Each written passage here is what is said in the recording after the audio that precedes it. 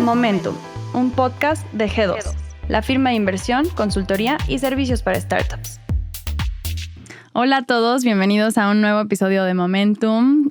Tenemos con nosotros a Fabrice Serfati, General Partner de Ignea. Fabrice, bienvenido. Muchas gracias por la invitación. Estoy muy contento de estar aquí contigo. No, gracias a ti por tomarte el tiempo de venir, ya que vienes desde Monterrey a estar con nosotros. Así es. Pues vamos a empezar. Fabrice, quiero que nos cuentes un poquito, para entrar en contexto, un poquito de tu trayectoria, quién eres tú, cómo llegas a Ignea, cómo creas Ignea, pues que nos platiques básicamente. Híjole, pues un poquito como todos los que estamos ahorita en el ecosistema emprendedor en México y la parte de inversión. Yo llegué aquí por total y absoluta serendipity, caray. O sea, sí, totalmente. El que te diga que llegó adrede es que llegó hace 2 años. Exacto. Nosotros llevamos ya 15 años invirtiendo. Yo empecé mi carrera como banquero. Ok.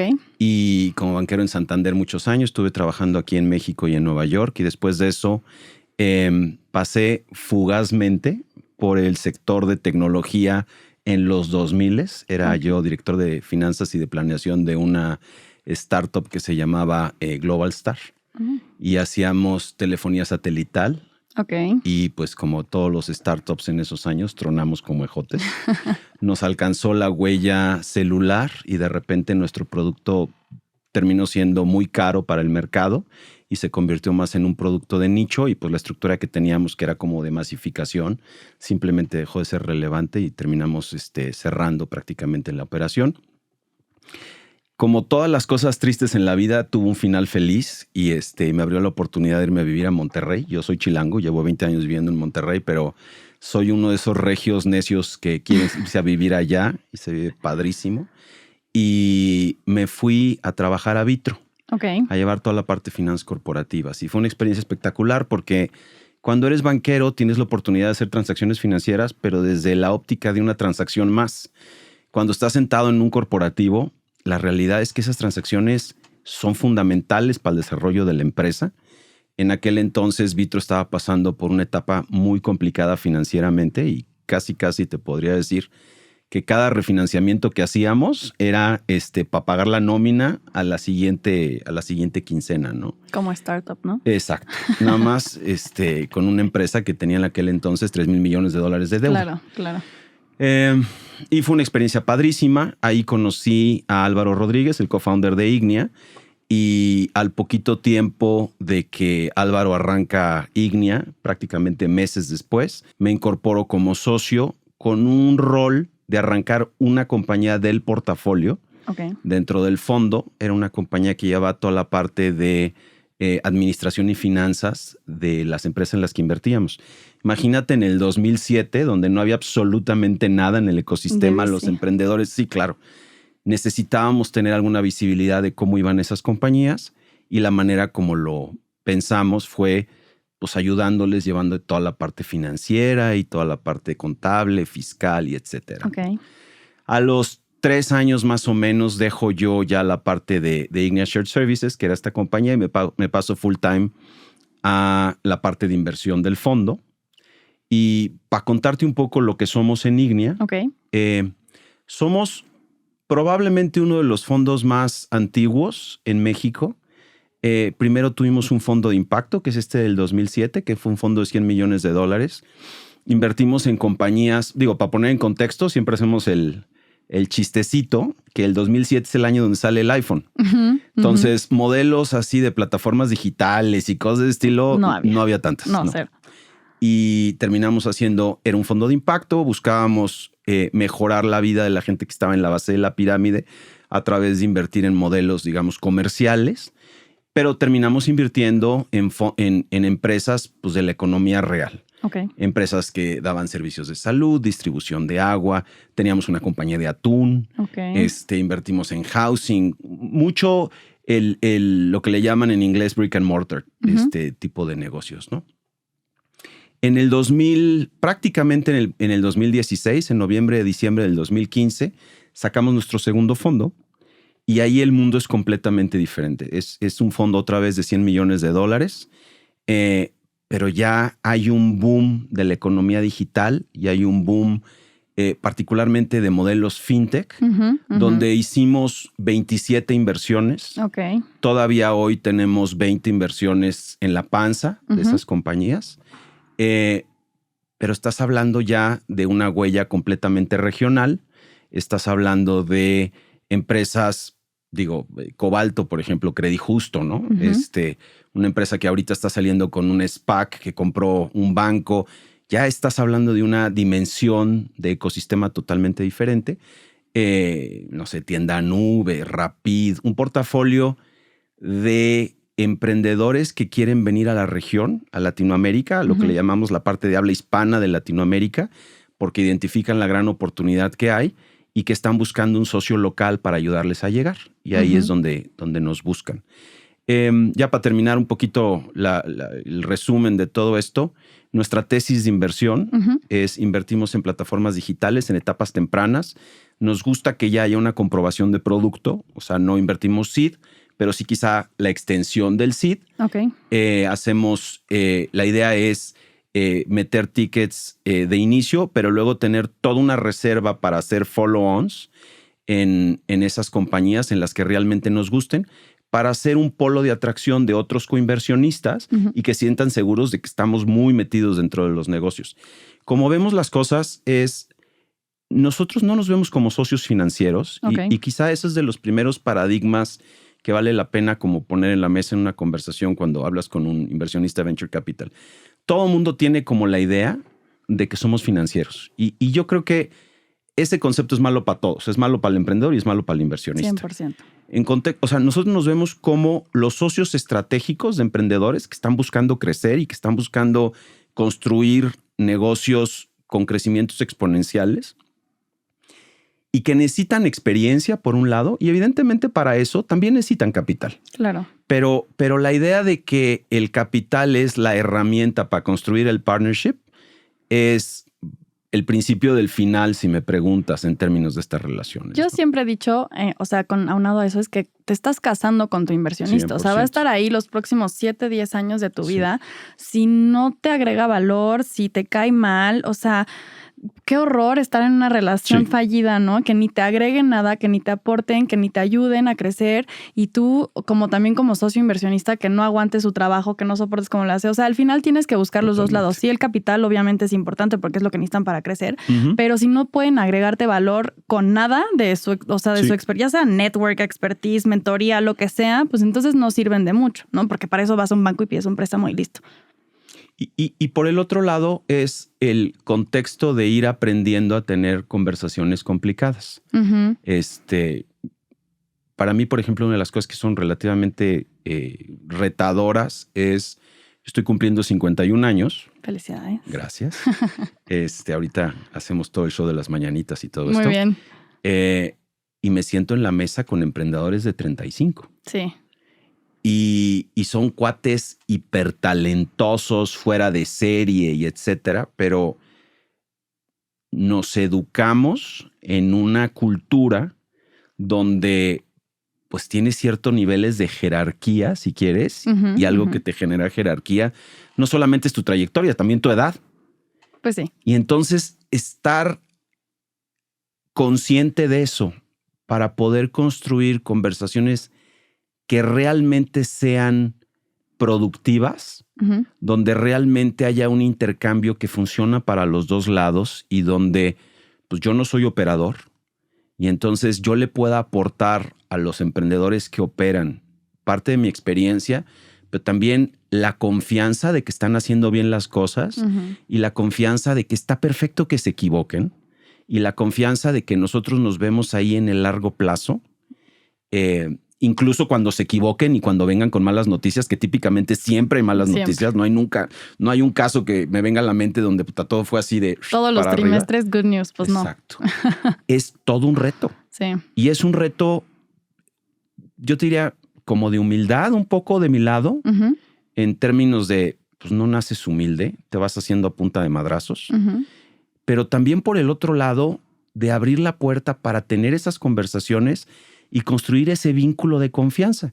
Entonces, si tú te ves a ti mismo como un inversionista financiero, pues lo único que estás buscando son retornos. Claro. Y la única conversación que vas a tener es sobre los KPIs y la única cosa que vas a hablar es, oye, tus resultados son o no son lo que habíamos acordado. Ujú. Pero eso es la forma más bruta de construir una relación con otra persona. Claro. Y también siento que tiene que ver con tu tesis, ¿no? De que estás invirtiendo en etapas más tempranas. Sí, así es. Digo, no voy a generalizar, pero muchas veces, por ejemplo, los private equities ya es como que califican más eso, más la parte financiera, porque al final ya estás comprando un big chunk de una compañía y no estás entrando tanto al riesgo porque esta compañía ya está validada. Cierto. Y nosotros que seguimos en etapas tempranas, pues es parte de todo. O sea, no nada más puedes fijarte en los retornos porque a lo mejor en los primeros 3, 4, 5 años ni siquiera hay esos retornos, ¿no? A lo mejor hay un incremento en valuación o algo así, pero yo creo que estoy 100% de acuerdo que también tiene que ver con las etapas en las que invertimos, ¿no? Fíjate que es interesante el paralelo que haces con private equity, porque es verdad que como que nos meten en la misma bolsa, ¿no? Sí.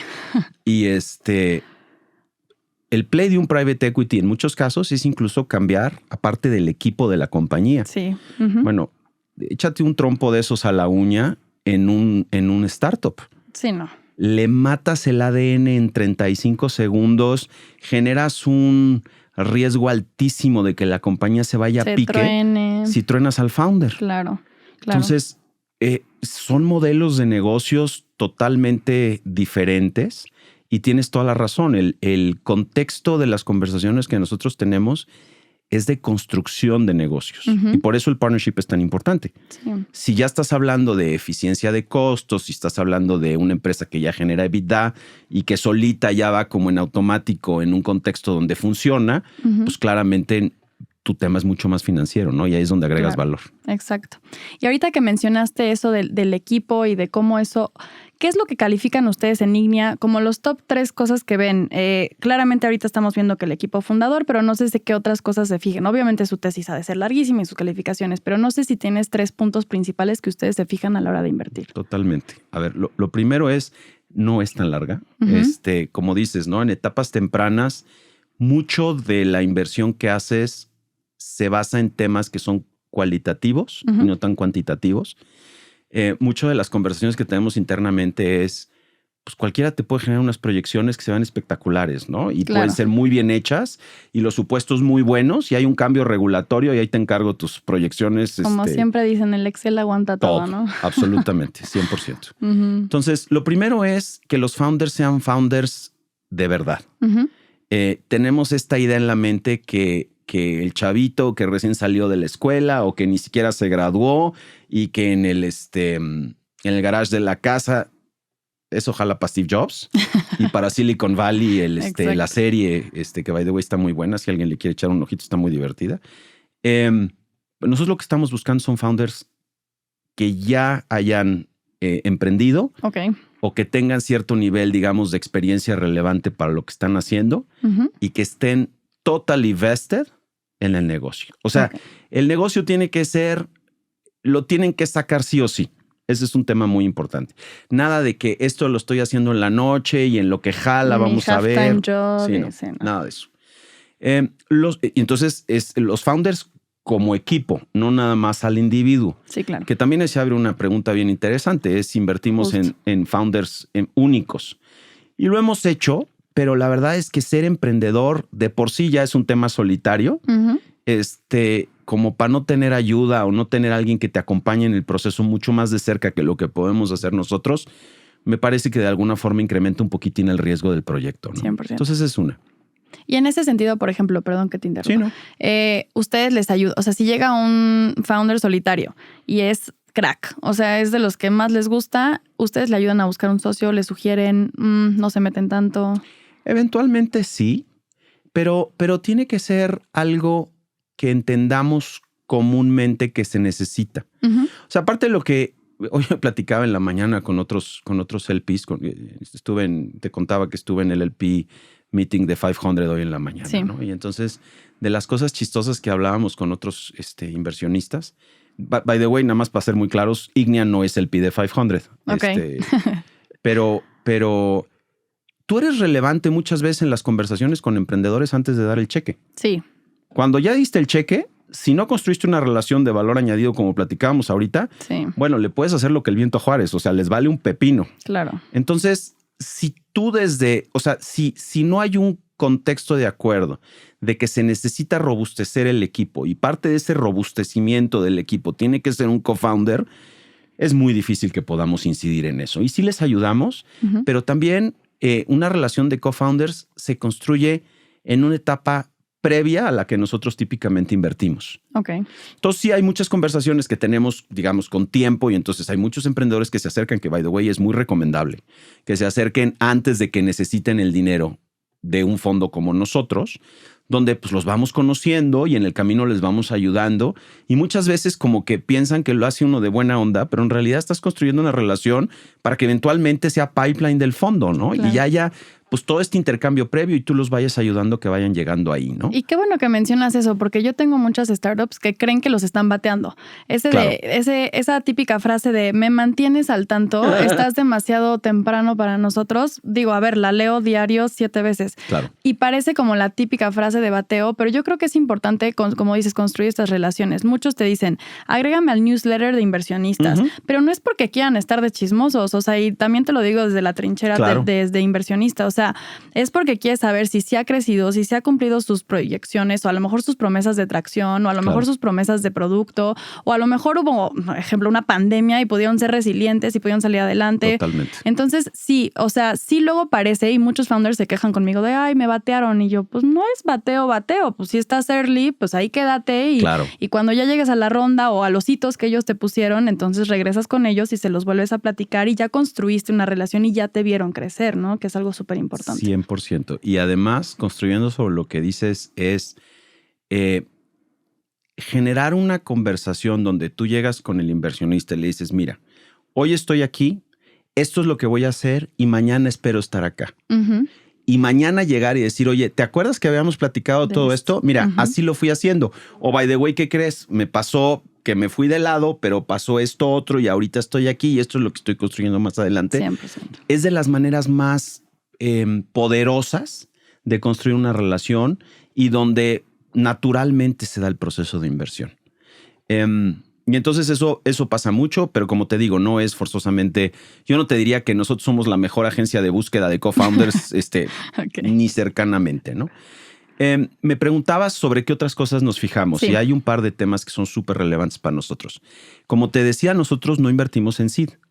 O sea, la etapa muy temprana donde estamos viendo a ver qué rollo, nosotros ya queremos invertir un poquito después, donde ya haya cierto nivel de tracción y donde haya una comprobación de mercado que el producto jala y que hay consumidores dispuestos a adquirirlo, ¿no? Okay. Hay una serie de validaciones que se tienen que dar después y una serie de cuestiones, pero ya cuando menos existe un concepto que está probado en el mercado, que ya está priceado y que tiene ciertas unit economics que a lo mejor van cambiando en el tiempo. Por ejemplo, lifetime value, pues es dificilísimo saberlo al principio. Tienes un supuesto, tienes un buen proxy.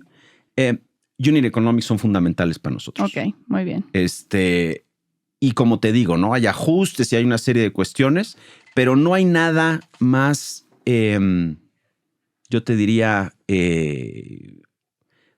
como cuando vas a salir con alguien que no te bañaste, ¿no? Y hueles feo. No hay un downer más grande para mí en una conversación con un founder que le dé vueltas a preguntas cuando le hablo de sus unit economics. Okay. Para mí es algo, pregúntame unit economics del fondo y te explico todo. Pues es mi emprendimiento. Exacto. Me lo conozco perfecto. Sé cuántas empresas tenemos, cuántas desinversiones tenemos.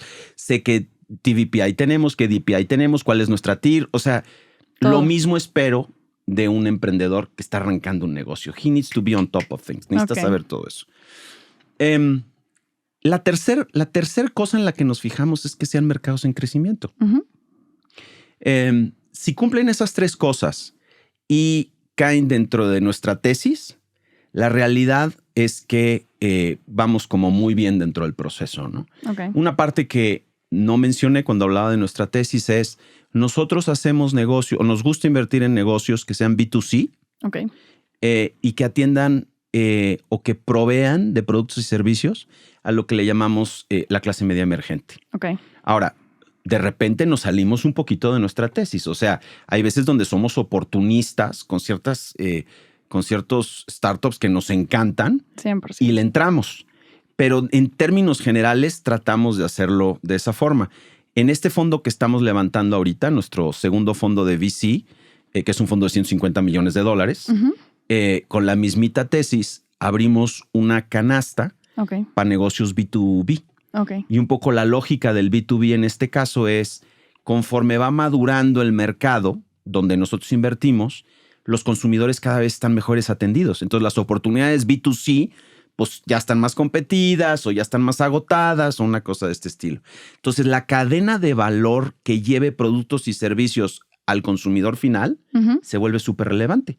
Y ahí es donde creemos que hay una oportunidad en Latinoamérica para el B2B, ¿no? Y esto es como, yo le llamaría, justo el otro día estaba platicando con mis socios de que un opportunity fund, ¿no? Que de repente llegan las oportunidades que no entran tal cual en la tesis, a lo mejor no son B2C o a lo mejor no. O sea, como ciertas cositas, pero tienen algo que sí, ¿no? Y entonces es abrir un poquito la tesis. Yo creo que lo hacen todos los fondos, ¿no? Sí. O sea, tienes tu tesis súper establecida, la conoces, buscas lo que quieres, pero siempre llega una oportunidad que dices, oh, I can't. Tengo que entrarle. Ajá, sí, claro, por supuesto. 100% de acuerdo contigo. Y regresando al tema del equipo emprendedor, nosotros sí entramos en etapas muy tempranas, incluso a veces pretracción. Entonces, nosotros tenemos un dicho, bueno, que no es nuestro, ¿verdad? Pero que decimos mucho que nos fijamos mucho más en el jinete que en el caballo, 100%. O sea, nuestra apuesta va 100% al jinete porque tenemos que saber que tiene la capacidad de operar su negocio, de cambiarlo si lo tiene que cambiar, de levantar capital, que es como un súper... O sea, yo creo que a ese le ponemos una calificación absoluta, porque si no tienen la capacidad de levantar o en el pitch con nosotros, que es el primero, ya tienen pena, no saben contestar unit economics, por ejemplo, o no tienen proyecciones listas o lo que sea, dices, ¿cómo le va a hacer cuando llegue a su serie A? 100%. Cuando le piche a los importantes, no que nosotros no lo seamos, ¿verdad? Pero, o sea, cuando llegue a un fondo extranjero, etcétera, ¿no? Entonces, sí, este peso que tú también le pones a la relación con el emprendedor, a la relación con el equipo, yo creo que es de las más importantes. En tu modo de ver las cosas, ¿cuál sería el picture perfect de un equipo emprendedor? O sea, si tuvieras que pintar un equipo emprendedor, ¿qué dirías que tienen que tener? Ok, entonces voy a poner un par de supuestos, ¿no? Claramente estamos hablando, al menos para nosotros, de un negocio que es B2C, ¿no? Entonces es un negocio que va a consumir una gran masa de potenciales clientes. Entonces, el primer tema que yo buscaría y que no es tan obvio es que sea un equipo diverso. 100%.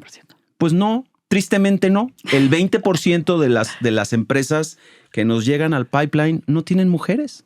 Más bien, perdóname, son de mujeres. Hay mujeres. O sea, el 80% no lo tiene. Pero o sea, de repente pensamos que la diversidad es de estas cosas que es un nice to have. Y en una de las compañías que a mí me encantan de nuestro portafolio, tenemos puro founder machín, ¿no?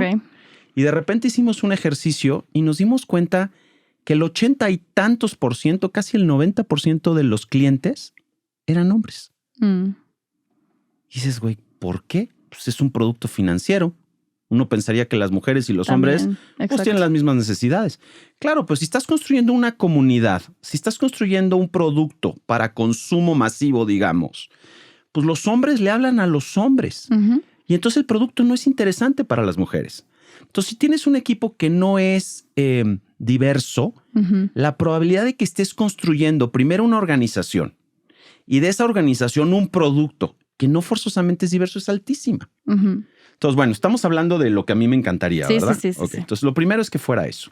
Y que fuera, la diversidad no viniera en el rol de, claro, la chava lleva marketing o la chava lleva recursos humanos.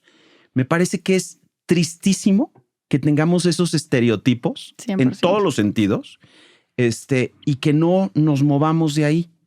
Entonces, me encantaría ver pues, una founder con un rol estratégico fundamental. No estoy hablando que marketing y que la parte de equipo no sea estratégico fundamental. No estoy hablando de eso, pero me parece que de repente pensamos demasiado del el hard y el soft side y alineamos a los hombres en el hard side y alineamos a las mujeres en el soft side. Y me parece que, al menos mi experiencia, tú sabes que yo tengo una socia, she's very much on the hard side sometimes. Y de repente yo soy el que está en el soft side. Entonces empezar a estereotipar las cosas de esa manera me parece un poco pobre, ¿no? Sí. Pero bueno, me gustaría que fuera un equipo diverso. Lo segundo que me gustaría es un equipo, como dijiste, creo que tienes absolutamente toda la razón, que tenga la capacidad de emocionar a sus audiencias y en ese contexto que sea alguien que fácilmente pueda levantar dinero.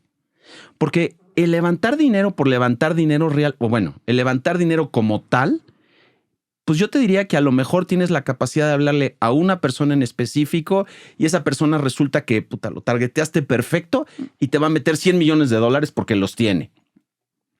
Eso no es lo que estás buscando. No. Estás buscando a alguien que cuando se dirija a sus inversionistas los emocione con la oportunidad tan grande que están construyendo, pero también se voltee con su equipo y lo emocione y lo prenda de construir esta compañía que están haciendo que luego está el cliché, ¿no? De que va a cambiar al mundo, que yo también ahí tengo mis dudas, pero que genere esa emoción y esa vinculación y esa amalgama donde todo el mundo quiere estar ahí y sintiéndose parte pues, de esta empresa ganadora, ¿no?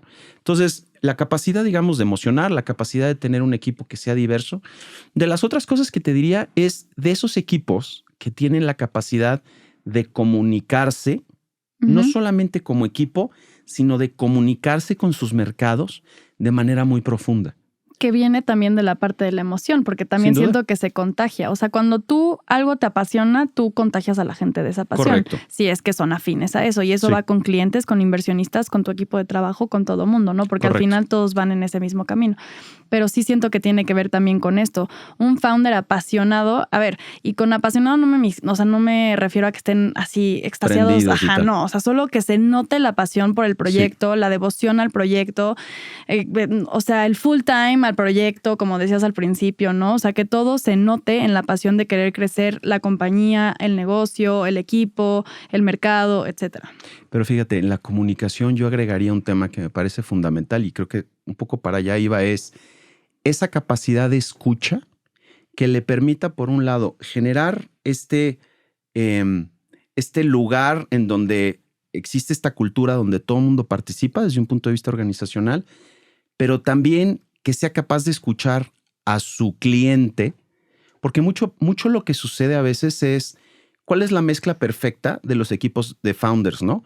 Que sean tercos y que sean resilientes y todo esto, pero una vez que sobreusas esa fortaleza, te conviertes en un necio. Y a lo mejor el mercado te está diciendo claramente, oye, no es por aquí, compadre. No, pero es que sí, es que no es por aquí, que sí, que sí, que sí. Y de repente pues se encuentran con la pared de que se les acabó la lana y nunca llegaron a ese punto donde hubo ese product market fit.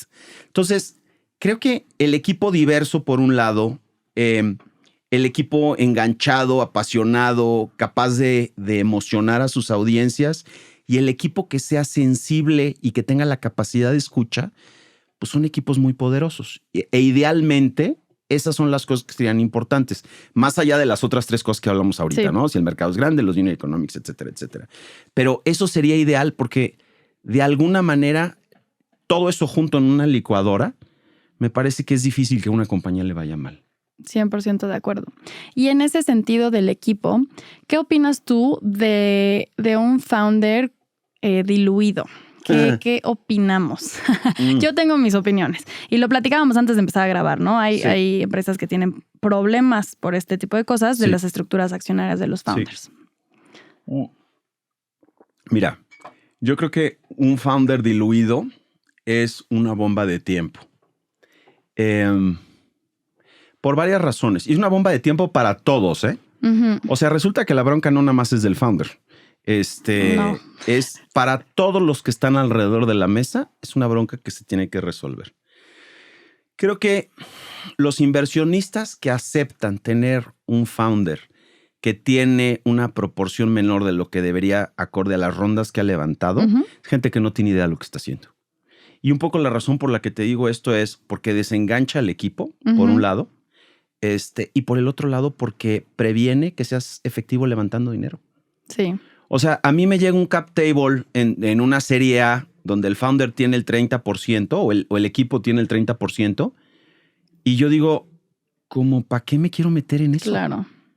O sea, vamos a tener que hacer un recap de todo esto y la verdad es que pues todos los que están sentados a la mesa yo ni los conozco, ¿para qué me voy a meter una bronca con ellos? Mejor que se lo coman ellos con papas, pues ¿yo qué? Claro. Y en cualquier momento también se salen, ¿no? Porque es más fácil salirte de un 10-20% que de un 80-90%, ¿no? 100%. Digo, no que tengan que llegar con un número mágico, solo no extremadamente diluidos, porque también entonces tu pasión, tu dedicación a algo que no es 100% tuyo o no en mayoría tuyo, pues ¿para qué le vas a meter las ganas que le metes? Mira, yo creo que sí hay ciertos números mágicos. Yo creo que diluciones del 20% por ronda es lo razonable. Muy bien. O sea, tú haces una seed y te diluyes entre el 15 y el 20, está bien. Y luego haces una serie A y te diluyes entre el 15 y el 20, that's okay. Y luego te sigues igual, yo creo que está bien. Está bien. Y tiene mucho... Y fíjate, es muy curioso porque pues al final del día son matemáticas y suman para un lado o para el otro. Pero quieres explicar también por qué hay ciertas empresas que buscan valuaciones tan altas que a lo mejor ni siquiera tienen, digamos, relación directa con los unit economics de la compañía, le empiezas a rascar tantito y te das cuenta que el founder está súper diluido. Entonces, ¿cuál es la manera de compensar una cosa con la otra? Pues le subo a la evaluación y así no me diluyo tanto. Sí, nada más que traes una segunda bronca en la espalda, que es construir un negocio que vaya acorde a la evaluación que vendiste en la serie. No, hombre. Para que en tu próxima serie puedas aumentar esa evaluación y que todos salgan ganando, porque de nada les sirve que levantes $1 millón a $1 millón más, 2 millones, ¿no? Queremos múltiplos multiplicadores, ahora sí. Exacto. ¿No? Y esa es una receta para el desastre. Sí. Estás tratando de tapar un hoyo. Me imagino un poco este chavito de las caricaturas que estaba en el dique en Holanda, no sé qué, ahí con Bugs Bunny o alguna cosa de ese estilo, y entonces empieza a hacer agua y le pone el dedo, ¿no? Y luego hace agua de este lado y le pone el dedo. Y luego ya no tiene dedos que poner y no puede poner los pies y se le viene todo el tema en la cabeza. Creo que precisamente esa es parte de las conversaciones complicadas. Sí. Una conversación muy complicada es un founder que se acerca con sus inversionistas y le digan, a ver, voy a salir a levantar dinero. No puedo salir a levantar dinero siendo el dueño del 25% del capital de la compañía. 100%. Ustedes tienen que saber esto. Yo tengo que saber esto. Si quieren, hay dos opciones. Una es, llevo este negocio a break-even y pues ahí nos vamos pues, con un negocio pues, creciendo en, ya sabes, ¿no? Piloto automático. O arreglamos el cap table del negocio y vamos a levantar lana. Pero pues en algún lugar tenemos que dar de esto. No se pueden las dos cosas. Y esas son las conversaciones que muchas veces son muy complicadas de tener. Y también siento que si te diluyes sanamente, y como dices, los que se diluyen sanamente es porque sabían qué estaban haciendo o tenían aliados o inversionistas que les explicaron cómo hacer estas cosas, ¿no? Totalmente. Porque no todo el mundo nace sabiendo, ay, ¿con cuánto porcentaje no tengo que llegar a mi serie A o serie B? Pero cuando llegas sano, también empiezan en las series B y posteriores las compras secundarias, ¿no? De fondos más grandes. Entonces también te permiten no diluirte, que obviamente en todas las rondas un founder se va a diluir, pero te permite entonces sacar a los chicos. Pero en cambio, si tú eres el que tiene atado las manos, pues entonces ya no hay mucho que hacer para esas rondas. O sea, ya estás... Exactly. Right words. Sí. Ok, muy bien. Y, por ejemplo, ¿ustedes tienen algún método de calificar equipos o es literalmente como feeling? No. No, fíjate que algo de lo cual yo me siento súper orgulloso, Nignia, es que hemos construido una organización, yo te diría, muy disciplinada en la manera como llevamos nuestros procesos de inversión. Ok. Ahora, el mercado ha cambiado muchísimo en los últimos 15 años y entonces el que seas disciplinado no quiere decir que seas burócrata, ¿va? Particularmente porque hoy los tiempos de respuesta son muy diferentes a los tiempos de respuesta que teníamos hace 10 años o hace 7 años. Pero sí tenemos como... Yo te diría que lo que hemos buscado hacer es, dependiendo del momento de la empresa en la que vamos a invertir, tenemos un framework de evaluación diferente. Ok. Si estamos haciendo un ticket muy early stage para nosotros, la realidad es que nos vamos a enfocar en el equipo, vamos a ver el tamaño del mercado, vamos a ver los unit economics.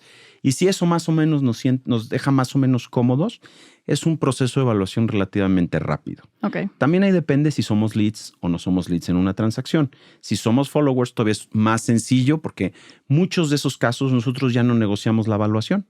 Y entonces pues nos sumamos a la ronda en el contexto que se haya dado o es una nota convertible. Entonces pues nada más hay que verificar que el cap no sea una locura, si hay un descuento, etcétera.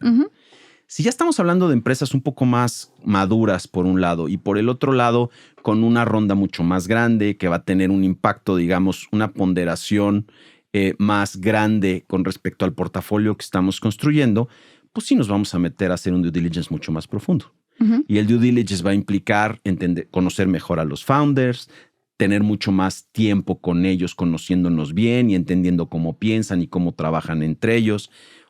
Mucho más profundidad en el due diligence de los unit economics, de las proyecciones, de los supuestos que hayan utilizado para construir las proyecciones.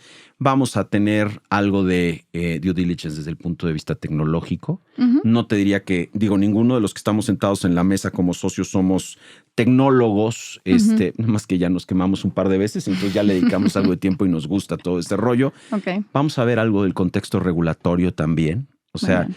parte de nuestro fondo 1 de VC, el 50% de las compañías son fintech.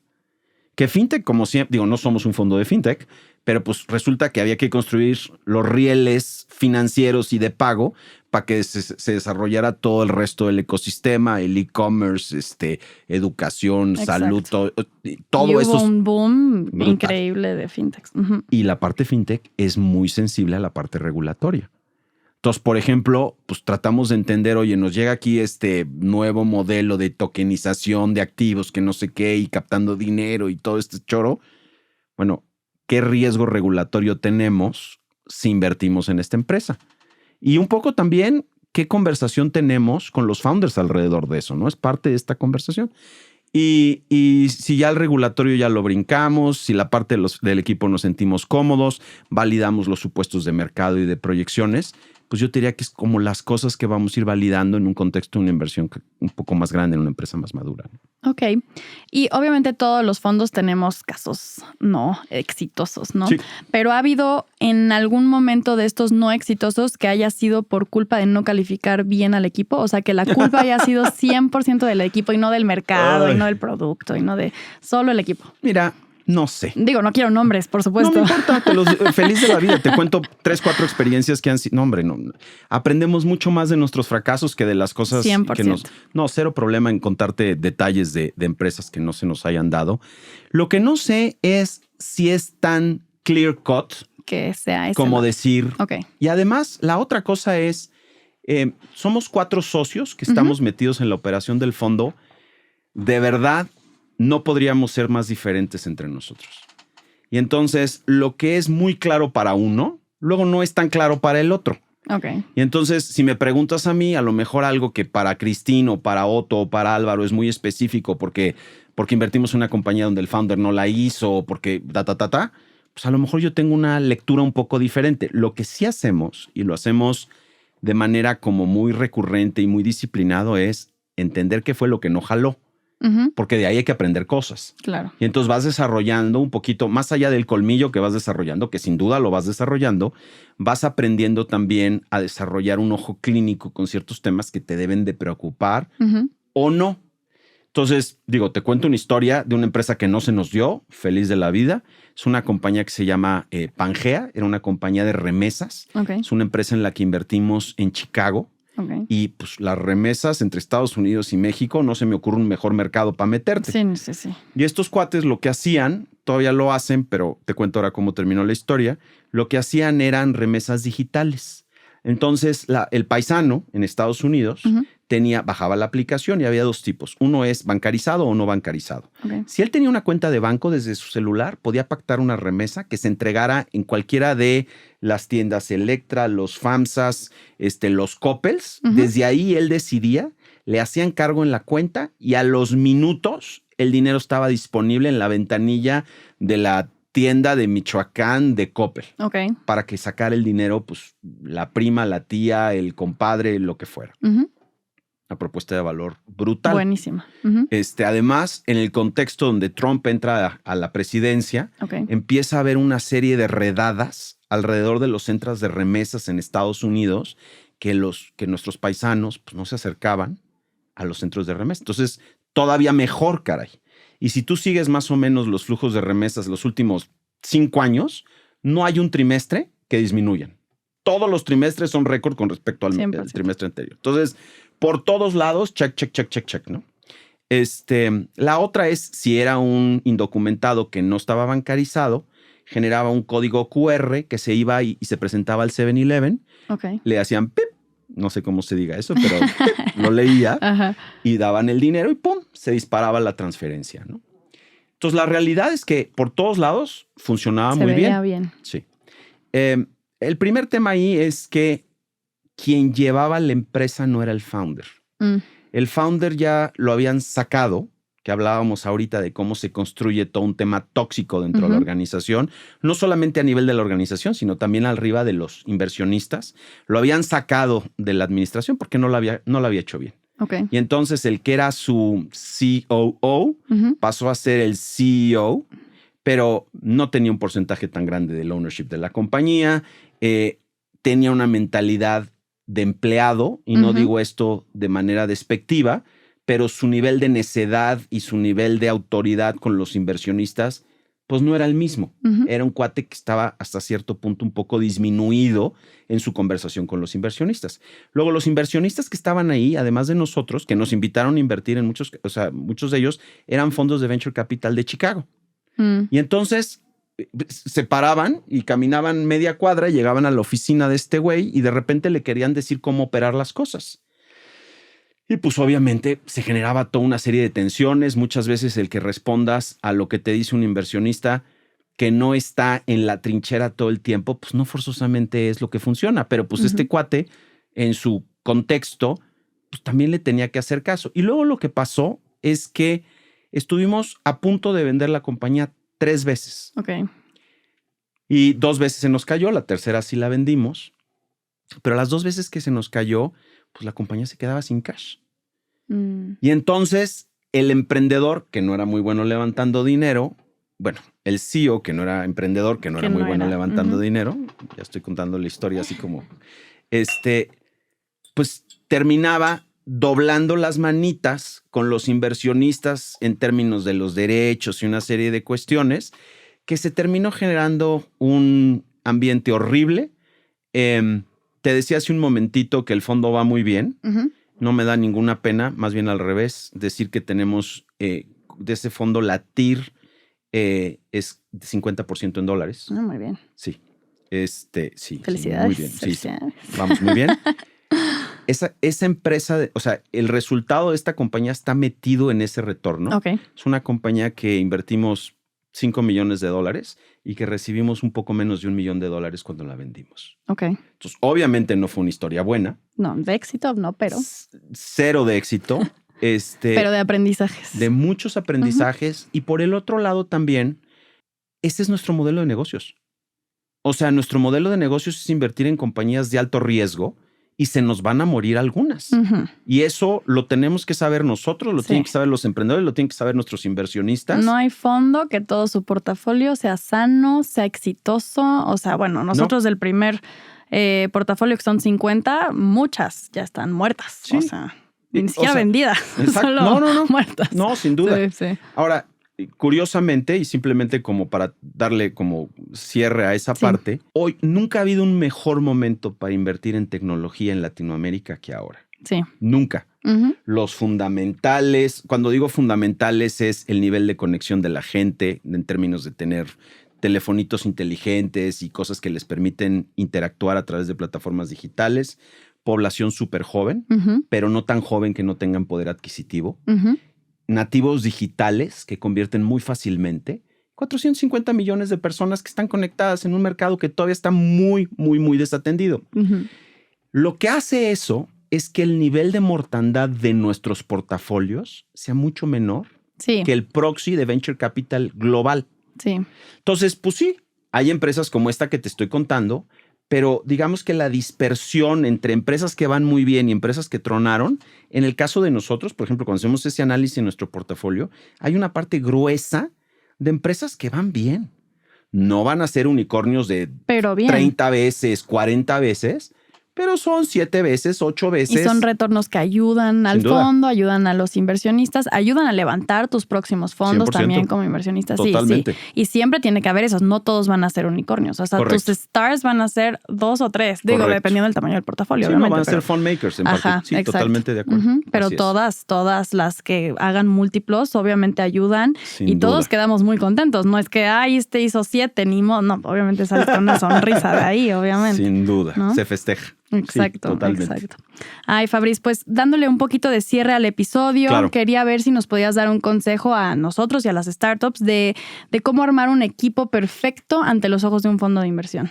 Un equipo de founders bueno. A ver, lo primero que te diría es que no tiene que ser un equipo perfecto para el fondo de inversión. Tiene que ser un equipo perfecto, punto, y se acabó. No, la verdad. Ok, sí. Válido. Lo primero, bueno, tú sabes que yo también tengo un podcast que donde leemos libros y leímos uno de Brené. Exacto, Read to Lead. Leímos un libro de Brené Brown. Uh-huh. Y parte de lo relevante en la construcción de un equipo, más allá de que sea diverso y que tengan las capacidades técnicas que se necesitan, es que sea un equipo que tenga la capacidad de construir una cultura, que tenga la capacidad de innovar y que tenga la capacidad de ejecutar. Me encanta. No puedes tener un equipo, o sea, no puedes tener unos soldados en el frente, en las trincheras, que estén con resorteras o que tengan miedo a disparar cuando del otro lado les están tirando bombas atómicas. Uh-huh. Lo que necesitas es gente empoderada y una cultura que genere gente empoderada. La única manera de hacer eso es generar un lugar seguro para que la gente pueda ejecutar. Ahora, de las cosas que son muy importantes y que creo que es un tema para otra ocasión episodio. O para que platiques con alguien más, es el equipo que arrancó el negocio uh-huh. y el equipo que explota el negocio no forzosamente son las mismas personas. Y el rol que van a jugar los founders en cada momento de la vida de los emprendimientos no forzosamente es el mismo. Claro. Y la gran responsabilidad que tenemos los inversionistas en este partnership estratégico cuando invertimos en los negocios es ser un buen sounding board para los founders de cómo la están haciendo y de cómo es su rol, su involucramiento en el negocio hacia adelante. Uh-huh. Y cómo van a dar más valor. El que haya la capacidad y la comunicación dentro del equipo para tener todas estas pláticas donde la gente se pueda sentir vulnerable, y no digo vulnerable en plan de, híjole, me hablaste feo, uh-huh, uh-huh. sino vulnerable de decir, oye, ¿sabes qué? Tengo que revisar pues esto que era tan claro para mí, le tengo que echar una pensada porque la neta es que no estoy seguro de que lo estoy viendo bien y estoy escuchando a alguien y lejos de irme encima y de partirle el queso, voy a poner atención a lo que me está diciendo porque me parece que puede tener razón. Tener esa capacidad dentro del equipo, de tener esas conversaciones y de generar esos espacios, para mí es lo más importante. Uh-huh. Y no jala para startups nada más, jala para los fondos también. Uh-huh. No hay que olvidar que los fondos en muchos sentidos, sobre todo si ves en esta región, pues somos todos emprendimientos. Sí, todos. Sí. Entonces, parte de lo Y luego mismo, muchos, ¿no? Como tú, pues jugaron de los dos lados, ¿no? Sí. Muchos empezaron como emprendedores y después llegaron al mundo del VC, ¿no? Sí. Yo también creo que es parte fundamental. Digo, yo no lo viví. Paréntesis cultural, sí lo viví. Tuve un momento en el que me fui de G2 a intentar emprender y luego regresé porque no lo logré. Entonces, there you go. Sí, he estado de los dos lados. Pero sí. Y no sé si tengas alguna recomendación de herramientas, libros, podcast aparte del tuyo, algún consejo a los emprendedores que nos están escuchando y a los fondos de inversión que también nos escuchan. Mira, yo creo que tenemos la grandísima bendición de estar en una industria que hoy en día es una industria del conocimiento. O sea, mi recomendación es no dejen de aprender. Uh-huh. O sea, hoy en día la razón por la cual me clavé con los libros, con toda la candidez del mundo, uh-huh. es porque me chocaba leer. O sea, me gusta mucho leer, pero no leía nunca de negocios. O sea, era una cosa, le sacaba yo la vuelta, no tienes una idea. Mis 3 socios son MBAs, el único MBA negativo ahí soy yo. Y estos güeyes traían sus rollos y yo decía, güey, qué hueva. Perdón, soy muy mal hablado. No importa. Y el podcast me obligó a leer libros que me parecían relevantes en la construcción de compañías y de leerlos a tal punto que los discutía yo con founders que lo habían aplicado en sus negocios. Para mí ha sido de las mejores experiencias desde un punto de vista de desarrollo profesional. Okay. Y creo que parte del consejo que yo daría es, hoy en día, independientemente de quién seas, de la edad que tengas, del rol que juegues, si ya crees que dejaste de aprender, te estás volviendo obsoleto en ese instante. 100%. El nivel de sofisticación que tiene el mercado en el que estamos, el nivel de tecnificación que tiene el mercado en el que estamos. La velocidad que va. Claro. Hoy en la mañana te contaba que estuve en esta junta y estaba Santiago Zavala, que quiero mucho, es un tipazo. Estaba diciendo el güey que habían sido los primeros inversionistas en Yaxi, que no sé si te acuerdas, pero una aplicación para pedir taxis. Sí. Bueno, ya no voy a soltar la historia completa, pero el punto es que no fue hace 35 años. No. O sea, fue hace 8 o 10 años. Exacto. Y hoy, ¿quién no usa Uber? Y ya es parte de nuestra vida. Sí. Entonces, el nivel de lo que dices, tienes toda la razón. La velocidad a la que las cosas se están dando hace que si tú crees que ya te la sabes, empezaste a dejar de sabértela en ese momento. You're very wrong. Pero bien mal.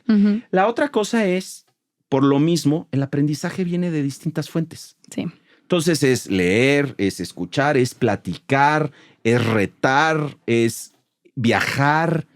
El nivel tan holístico que existe hoy de temas de educación es brutal.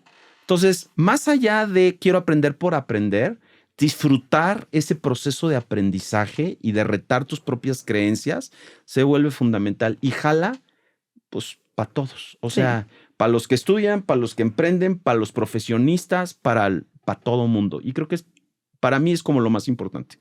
Yo creo que hablando de aprendizajes, uno de los aprendizajes más importantes que tuvimos dentro de nuestro primer fondo y el segundo fondo es que el primero no hacíamos follow-ons, no teníamos la capacidad. Y justo va con la mano que dices, nos perdimos de una de oportunidades. Claro.